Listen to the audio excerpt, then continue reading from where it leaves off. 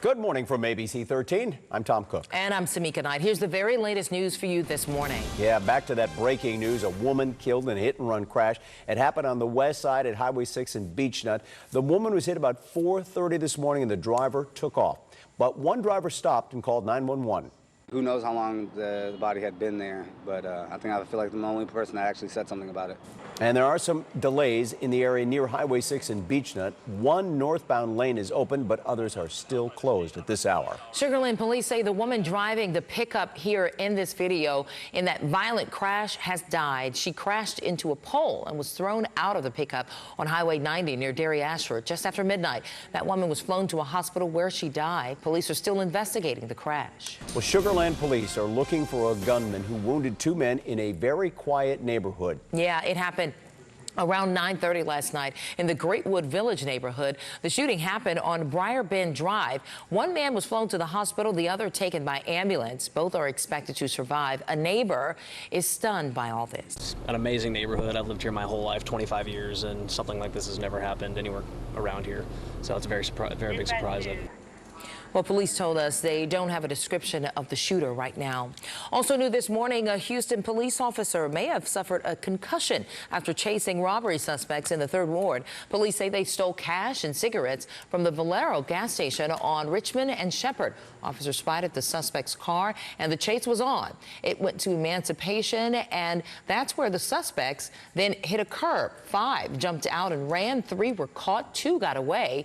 One officer tripped, though, and fell, hitting his head on the pavement while chasing after those suspects. He was taken to the hospital for a possible concussion. The former HPD officer at the center of that botched raid on Harding Street could get out of jail today. Gerald Goins is expected in court, and his attorneys want to get him out on bond. He was arrested Wednesday on federal civil rights charges related to that raid. He's also charged with 2 counts of murder in the deaths of Dennis Tuttle and Regina Nicholas. A second officer also faces federal charges, and so does a neighbor. Patricia, do you have anything to say? Can you tell me about why you made that 911 call? Were you jealous of Regina Nicholas? Patricia, your boyfriend said you were jealous of Regina, and that's why you made the call. Is that the case? That was the neighbor, Patricia Garcia, getting out of jail last night on bond. She is accused of making false 911 calls, telling dispatchers that the couple who were shot to death were drug dealers. Well, people jailed for low-level offenses who cannot afford bail may no longer have to stay in jail. A federal judge has approved a settlement of Harris County's bail system, which he had ruled unconstitutional. The Texas Organizing Project says the current system works against nonviolent offenders because they don't have the money to get out on bail. Now everybody's going to be able to go home and keep their jobs, keep their housing, keep their kids, and then show up to court. And then if they're found guilty, then they will get a sentence, and then the punishment comes. Right now, we were putting the punishment before any guilt had been established. And they claim taxpayers will win as well, no longer having to pay to house nonviolent offenders. Well, stop what you're doing right now and look at this new video. An ABC 13 viewer recorded a coyote on the prowl in Northwest Harris County. Hunter Duff told us he took the video around 1:30 this morning at West Side and Colonial Parkway. The coyote was not scared off at all by the lights or the noises. Coyotes hunt at all hours of the day and night, but they are usually seen most often in the early morning or just before sunset. All right, to the Texans enjoying a much-deserved day off. They are now in first place in the AFC South after beating the Colts last night. But what's happened after the game is what you want to see.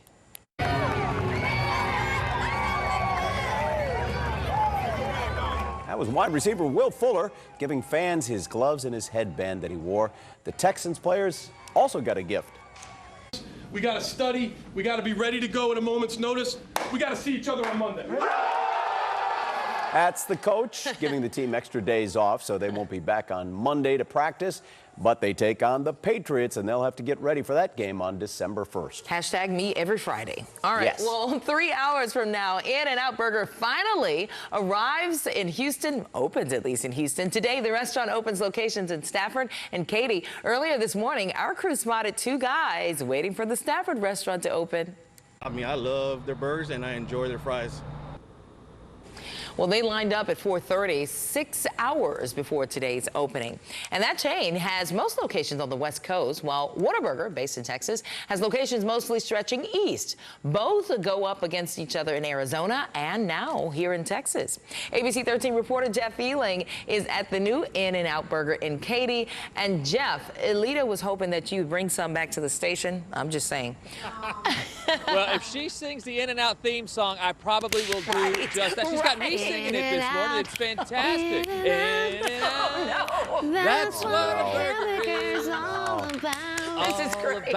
It's sweet sound, Elita. It sounds good. I hope the burger's taste is good. I've never tried it, but I'm looking forward to it. Here in the Katy location, there are already people lining up to get their InNOut. And you know what? The first guy in line at the store and the first guy in line at the drive-thru, they got special wristbands saying they're number one, and also some swag. They get a free meal, and they are ready to get their burger on.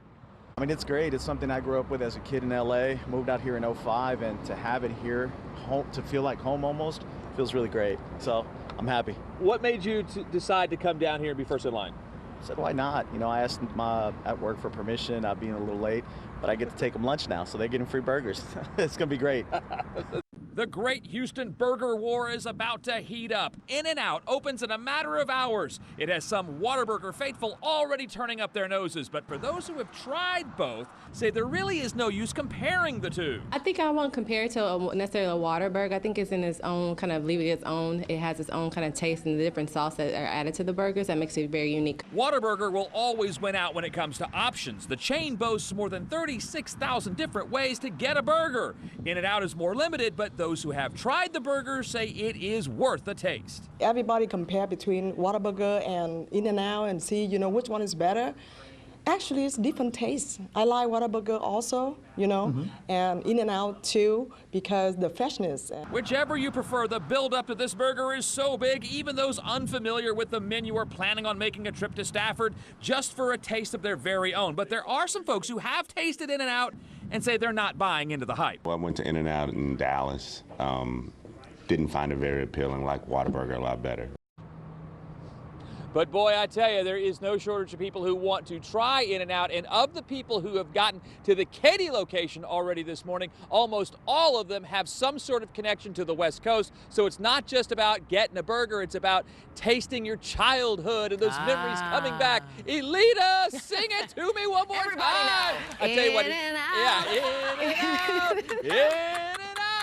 That's what a hamburger is all about. Oh, Elita, I just absolutely love it. And I tell you what, if I can get enough doubles, animal style with special sauce on them, I'll bring you one. All right. Love you. Me too, please. All right. You know what? I'm done. I cannot do it anymore. I am too. You can go to ABC13.com and find out more about what he's talking about, animal style, and why their secret menu, isn't really a secret. Don't you do it, Elita. Okay, Don't you do it. Do not go. Don't you do it. Hey, there is no shame in my game, okay? No shame in your do game. it. I'll do it the whole time. Why are you doing the Cold front Friday, guys. We've got a line of showers and storms that'll be blowing into the Houston area fairly quickly.